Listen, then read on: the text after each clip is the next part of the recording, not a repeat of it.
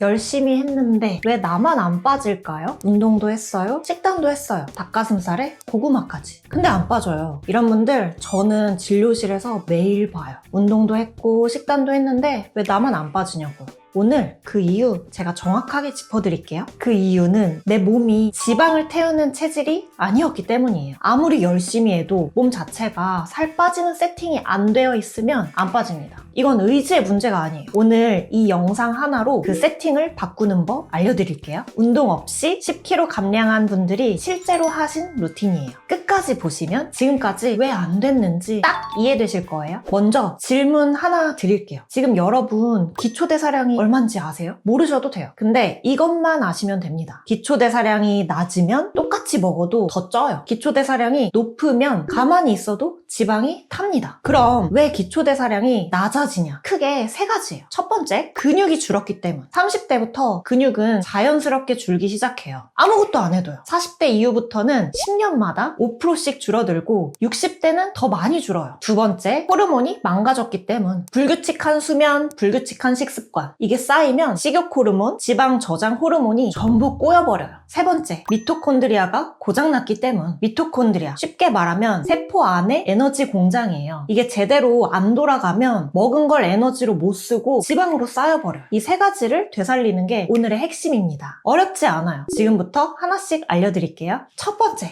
수면.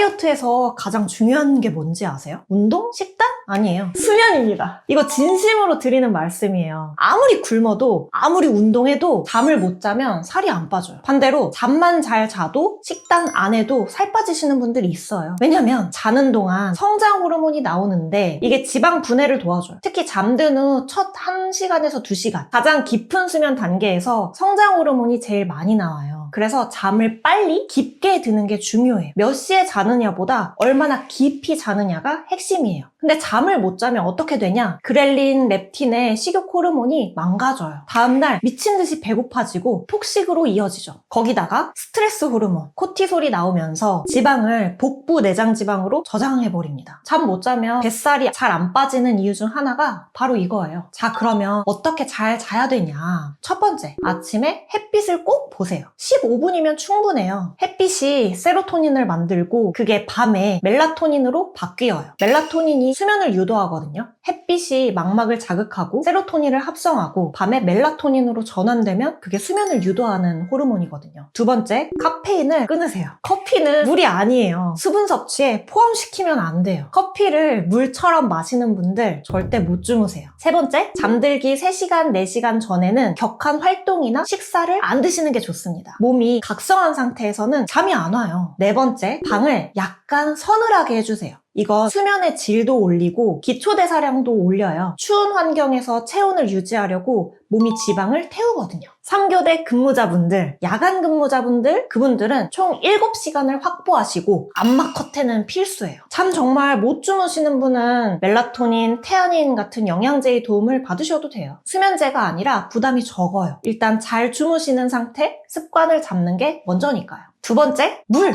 너무 뻔한 얘기 같죠? 근데 실제로 상담하다 보면 하루에 물을 500ml도 안 드시는 분들이 정말 많아요. 물이 부족하면 위가 허전하고 입이 심심해요. 그걸 음식으로 채우시는 분들이 너무 많거든요. 배고픈 게 아니라 목마른 거예요. 지방 분해 과정에서도 수분이 꼭 필요하고 근육 유지하는데도 그리고 호르몬을 정상화하는데도 전부 물이 필요해요. 기준은 하루 2리터 이상. 한 번에 많이 마시지 마시고 최소 1시간에 1컵씩은 드세요. 맹물이 맛이 없으면 보리차, 옥수수차, 자스민차, 녹차 같은 칼로리 없는 티백차 드셔도 돼요. 아침 공복에 따뜻한 물 한 잔이 위장을 깨워주고 장 운동에도 도움이 됩니다. 세 번째, 당질 조절 식단. 다 이제 식단입니다. 근데 저는 여기서 칼로리 줄이라는 말 안 해요. 칼로리 계산하다가 지쳐서 다이어트 때려치우시는 분들 너무 많이 봤거든요. 핵심은 하나예요. 당질을 조절하는 거. 그럼 당질이 뭐냐 하고 물으실 텐데 당질은 탄수화물에서 식이섬유를 빼고 남은 거예요. 밥, 빵, 면, 떡, 소스 속에 설탕, 이게 다 당질이에요. 과자는 당질에 지방까지 더해진 최악의 조합이고요. 당질을 먹으면 혈당이 오르고 인슐린이 나와요. 인슐린은 에너지를 몸 곳곳에 보내고 남은 건 지방으로 저장하거든요. 이게 살찌는 구조예요. 3단계로 나눌게요. 1단계, 급속 감량기는 2주에서 한 2개월 사이까지 진행하시면 돼요. 하루 당질을 20g에서 50g 정도, 밥, 빵, 면은 끊고 잎채소, 고기, 달걀 위주로 드시는 게 좋습니다. 이 단계에서 우리 몸은 탄수화물 대신에 체지방을 태워서 에너지를 만들어요. 이걸 케토시스 상태라고 하는데 쉽게 말하면 몸이 지방을 주 연료로 쓰는 상태예요. 이때 주의할 거 하나, 지방은 충분히 드셔야 돼요. 탄수화물 줄인 자리를 지방으로 채워야 몸의 대사 스위치가 켜져요. 올리브유, 달걀, 견과류 같은 양질의 지방 위주로 드시고 삼겹살, 닭 껍질도 이 단계에서는 피하시지 않아도 괜찮아요. 지방까지 줄이면 몸이 너무 꺼져버려요. 살이 안 빠지는 구조가 돼버려요. 그런데 당질을 너무 많이 줄여서 두통이나 어지럼증이 생기시는 분들이 있는데 이런 분들은 물이랑 소금을 충분히 드셔야 됩니다. 두 번째 단계는 메인 감량기예요. 이 단계는 목표 체중을 도달할 때까지 진행해 주시면 됩니다. 하루 당질을 50g에서 100g까지 드실 수 있어요. 밥으로 따지면 점심에 반 공기 정도? 아침, 저녁은 단백질이랑 좋은 지방 위주로 드시는 게 좋습니다. 지방은 과하게 챙길 필요는 없고 고기 먹을 때 자연스럽게 나오는 것만으로도 충분합니다. 세 번째 단계는 유지기예요. 하루 당질을 100g에서 150g 사이로 드시는 거. 밥 한 공기 반 정도가 되거든요. 감량기 동안 줄였던 탄수화물을 이제 현실적인 수치까지 서서히 높이는 단계예요. 그만큼 지방은 줄여야 됩니다. 탄수화물을 올리고 지방을 내리는 이 균형을 잡는 과정이에요. 밥도 먹고 삼겹살도 배불리 먹으면 그게 요요겠죠? 3단계부터는 목살, 해산물 위주의 담백한 식단으로 구성하시는 게 좋습니다. 단백질은 단계 상관없이 필수예요. 체중에 1.2를 곱한 그람 수만큼은 드셔야 됩니다. 만약에 70kg이라면 84g, 단 고도 비만이신 분들은 꼭 목표 체중 기준으로 계산하세요. 단백질을 충분히 드시고 활동량을 유지하면 근육은 사실 잘 안 빠집니다. 근육이 빠지는 건 단백질을 극도로 줄이거나 활동을 아예 안 할 때예요. 요요는 사실 단순합니다. 뺐다가 많이 먹어서 찌는 거거든요. 그래서 유지기 식습관의 균형을 잡는 게 가장 중요합니다. 네 번째, 먹는 시간. 사실 언제 먹느냐도 중요하긴 합니다. 저녁에는 인슐린 감수성이 떨어져요. 쉽게 말하면 같은 양을 먹어도 낮보다 지방으로 저장되기가 쉬워요. 간헐적 단식은 굶는 게 아니에요. 지방이 타는 시간을 만들어주는 거예요. 저녁 7시에 끝내고 다음날 11시에 첫 끼. 그러면 그 사이 16시간 동안 몸이 체지방을 연료로 씁니다. 주말에 약속이 있어서 무너졌다면 다음날 아침에 굶는 걸로 미니 디톡스 하셔도 됩니다. 회식 때는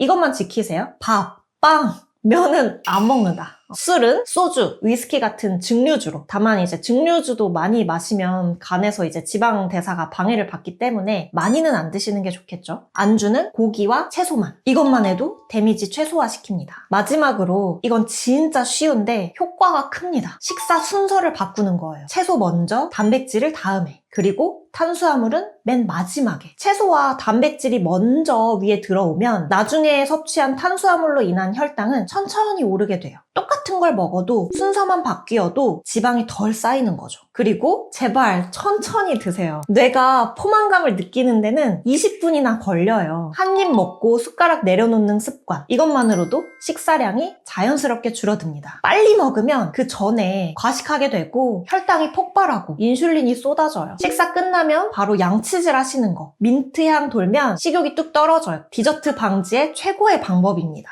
오늘 말씀드린 거 정리할게요. 첫 번째, 수면. 깊은 수면 7시간 이상. 두 번째, 물. 하루 2리터 이상. 1시간에 한 컵씩. 세 번째, 당질 조절. 3단계에 맞게. 네 번째, 공복 시간. 12시간에서 16시간. 다섯 번째, 식사 순서. 채소, 단백질, 탄수화물 순.